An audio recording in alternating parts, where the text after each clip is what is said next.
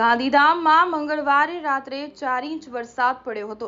ગાંધીધામ, આદિપુર, જોડિયા શહેરો અને સંકુલમાં મેઘરાજાએ દસ્તક દીધી હતી।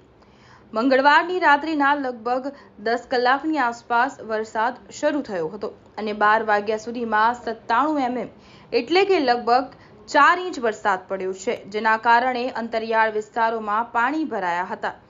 અસહ્ય ગરમી અને ઉકળાટ વચ્ચે ગાંધીધામ સંકુલમાં 4 ઇંચ પાણી પડતા વાતાવરણમાં પણ ઠંડક પ્રસરી હતી। સતત 2 દિવસથી અતિશય ગરમી હતી અને મંગળવારે સાંજના સમયે વાતાવરણમાં અચાનક બદલાવ આવ્યો હતો અને રાતના સમયે વરસાદ પડ્યો હતો। જોડિયા શહેરોમાં 4 ઇંચ પાણી પડ્યું છે અને તેના પગલે ઠેર ઠેર વરસાદી પાણી ભરાયા છે। લોકોને મુશ્કેલીઓનો સામનો કરવો પડ્યો છે।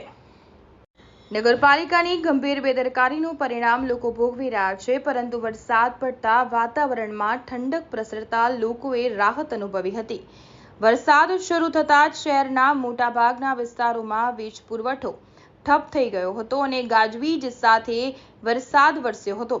આદિપુરમાં એક વૃક્ષ પણ ધરાશાયી થયું હતું તો અમુક વિસ્તારોમાં નગરપાલિકાના ગટર પાણીની લાઇનમાં કામો ઉપર નાખવામાં આવેલી માટી બેસી જતા બસ સહિતના વાહનો પણ ફસાયા હતા। સિઝનના પહેલા વરસાદે શહેરના અમુક વિસ્તારોમાં મુશ્કેલી ઊભી કરી હતી।